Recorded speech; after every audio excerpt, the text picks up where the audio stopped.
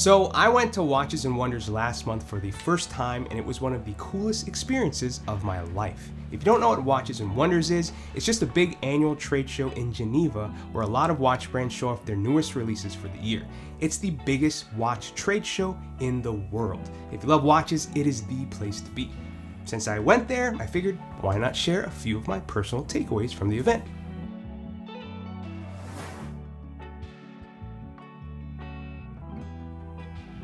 It's obviously not a war room, but it's a spot where we all gather at the beginning of Watches and Wonders to talk all of the new releases. It's an exciting time because covering watches is obviously our job, but surprise, we actually love watches too and look forward to this moment just as much as all you probably do. The energy is initially high from anticipation, a little nerves, and probably too much caffeine, but soon shifts towards a quieter atmosphere because everyone gets hyper-focused on writing articles on all the new releases. Lucky for me, I didn't have to, so I went around filming everyone in action. It was really neat to see us work as a team to divvy up the releases and write all the articles.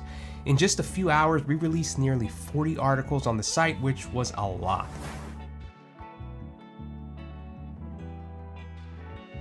So we got to go to a lot of meetings. The meetings basically consisted of a few of us and one or two representatives from the brand hosting the meeting.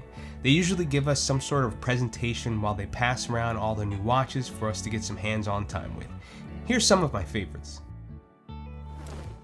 The JLC Reverso Tribute Chrono. This thing was so good. Love that they brought back a chronograph to the line and also really dig the skeletonized side. It's tastefully done. Tony Trena likes the steel version, but I'm a sucker for gold. The Tudor Black Bay on the 5-link bracelet. The new Black Bay 54 seemed to be the star of the show for Tudor, but I really like the refined packaging of the new standard Black Bay. It's noticeably thinner than the original, now with a Meta certified movement, and comes with a very convenient T-fit clasp. The IWC Ingenieur brought back more design elements from the original Genta design, and I dig it. It's also a great size at 40mm, but that price of $11,700 on steel, I don't know. It seems a little high to me, so we'll definitely need to do a longer video on this thing to see if it's worth it. The Cartier Santos Dumont skeleton was pure romance. The micro rotor in the shape of the planes designed by Alberto Santos Dumont, so good. I also like the new Tag Heuer Carrera. It's modern, but doesn't forget the past, and most importantly, it's a great size at 39mm. More of this, please. Oh yeah, Rolex released a few watches too.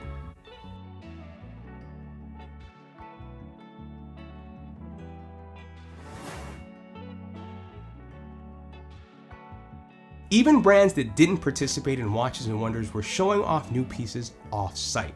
One of the highlights for me was a meeting at the Four Seasons to see some of Jacob & Co.'s watches. Love them or hate them, they're producing some of the wildest looking pieces in the industry. Take this crazy $20 million watch with 218 carats of yellow diamonds. You're obviously paying more for the diamonds than the watchmaking, but still, I got to shoot a $20 million watch. How crazy is that? I love a lot of the mainstream brands, but there's a section of Watches and Wonders called Independence Hall, and I really enjoyed my time looking around and meeting with those brands.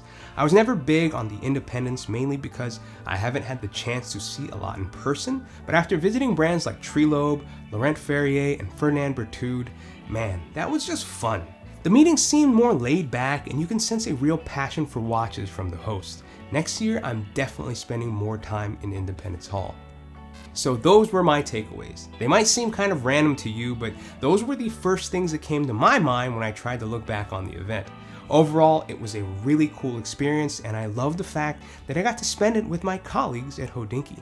It was hard work, but we accomplished our goal of showing you all the new stuff, and I can't wait to do it again next year.